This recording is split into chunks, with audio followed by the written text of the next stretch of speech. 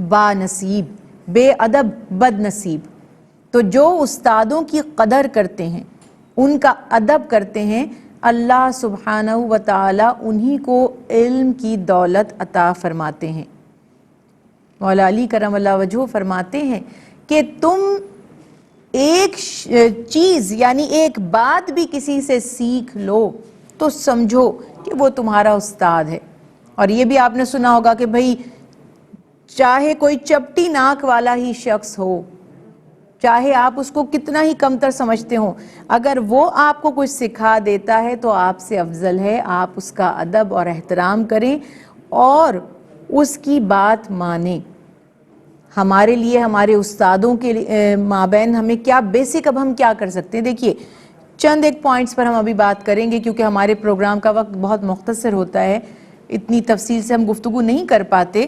بات یہ ہے کہ ایک سب سے بڑی بات تو کہ علم کی قدر کر کے پہلے سیکھنے جائیں۔ اب اس میں دینی علم تو یقیناً ہے، لیکن اگر کوئی دنیاوی علم یا کوئی ہنر بھی سیکھ رہے ہیں تو یاد رکھیے کہ آپ اپنے استاد سے سیکھ رہے ہیں، اس نے آپ کو اس قابل بنایا، اس کا ادب ہو، اس کی بات کو توجہ سے سنا جائے، اس کی بات پر عمل کیا جائے۔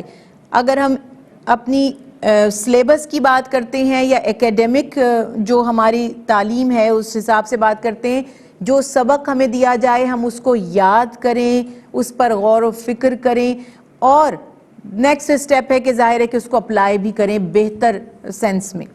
اسی طرح سے استاد سے اونچی آواز میں بات نہ کریں۔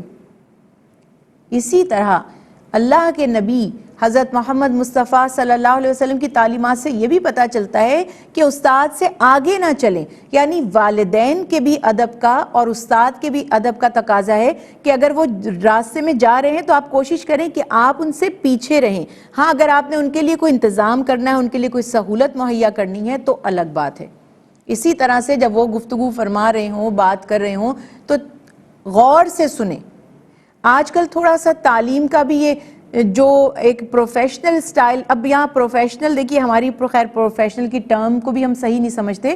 پروفیشنل ہم سمجھتے ہیں جو پیسہ لے کے چیز کی جائے اس کو کہتے ہیں، لیکن اس کا مطلب ہوتا ہے کہ کمیٹڈ ہو کر، بہت ہی زیادہ ڈٹرمنڈ ہو کر جو کام کیا جاتا ہے اور آپ سمجھتے ہیں کہ سب سے زیادہ میرے لیے اہم یہی ہے، وہ بیسیکلی پروفیشنلزم ہوتا ہے۔ بہرحال اب آج کل اس میں پیسہ انوالو ہو گیا ہے۔ اگر ہم اپنے کسی استاد سے کچھ سیکھتے ہیں یا ٹیوٹر ہیں یا ٹیچرز ہیں یا قرآنی تعلیم لیتے ہیں اور ہم ان کو اس کا کوئی معاوضہ دے رہے ہیں، اس کے بدلے میں کوئی فیس مقرر کر لیتے ہیں، تو بہت سے لوگوں کے ہاں یہ ہوتا ہے جی ہم تو فیس دے کے پڑھ رہے ہیں، تو وہ استاد کا وہ ادب احترام نہیں رہتا۔ پہلے دور میں اگر آپ اللہ کے ولیوں کے واقعات سنیں، بزرگوں کے واقعات سنیں کہ شاگرد ان کے خادموں کی طرح رہتے تھے، ان کے غلاموں کی طرح رہتے تھے۔ استاد سختی بھی کرتے تھے، ڈانٹ بھی دیتے تھے، مشقت کے کام بھی کروا لیا کرتے تھے، مگر بچے یعنی کہ جو شاگرد ہیں وہ کوئی اعتراض نہیں کرتے تھے۔ آج اگر ذرا سا کسی استاد نے ڈانٹ دیا تو شاگرد کو اس کی ڈانٹ ناگوار گزر جاتی ہے۔ میرا تو ذاتی زندگی کا یہ تجربہ رہا کہ جو استاد ہمارے اکیڈمک ٹائم کی اگر میں بات کروں جو بہت نرم تھے اور بالکل سختی نہیں کرتے تھے اور کوئی انکوائری نہیں کرتے تھے کہ آپ نے کام کیا ہے یا نہیں کیا، تو اس میں ہمارے مارکس اتنے اچھے اس سبجیکٹ میں تھے بھی نہیں، ہم نے اس کو اتنا سیکھا بھی نہیں۔ اور جو ٹیچرز بہت ایکٹیو تھے، جو پوچھتے تھے، سنتے تھے یا پوائنٹ آؤٹ کر دیتے تھے یا پورے کلاس روم میں کھڑا کر کے کہتے تھے بتائیے اس کا ترجمہ القرآن کی اگر میں آپ کو مثال دوں تو ہمیں پورے قرآن پاک کا لفظی ترجمہ یاد تھا۔ کیوں؟ کیونکہ ہماری ترجمہ القرآن پاک کی ٹیچر کوئی عمر میں بڑا ہے چھوٹا ہے کوئی بھی ہے بالکل لحاظ نہیں کرتی تھی، کہتی تھی کھڑے ہو جائیے، آپ کلاس روم سے چلے جائیے اگر آپ کو یاد نہیں ہے۔ اللہ ان کے درجات بلند کرے، ان کو صحت عطا فرمائے۔ جتنا ہم نے سیکھا ان سے سیکھا، اور اگر کوئی ٹیچر ایسا کرتے ہیں کہ سختی نہیں ہے تو جو ایک فطری بات ہے شاگرد بھی نرم پڑ جاتے ہیں۔ آج ہم اپنے ان استادوں کو دعائیں دیتے ہیں جنہوں نے محنت ہم پر کی اور سختی کی، تو آج ہم ان کے سبجیکٹس میں الحمدللہ میں نہیں کہوں گی ماہر ہیں، ہم نے سیکھا، بہرحال بہت کچھ سیکھا۔ تو یہ یاد رکھیے کہ جتنا ہمیں علم ملتا ہے اللہ کے فضل کے بعد جو سورس ہے وہ ہمارا استاد ہے. جہاں تک ہم نے ابھی بات کی ہے کہ استاد کی معاشی ضرورتوں کا بھی خیال رکھا جائے، تو اس میں ایک پہلو میں اور آپ کے سامنے اس پر توجہ دلانا چاہوں گی کہ یہ ضروری نہیں ہے کہ جب استاد خدا نخواستہ فائنینشل کرائسس میں ہی آ جائے تبھی ہم اس کی خبر گیری کریں.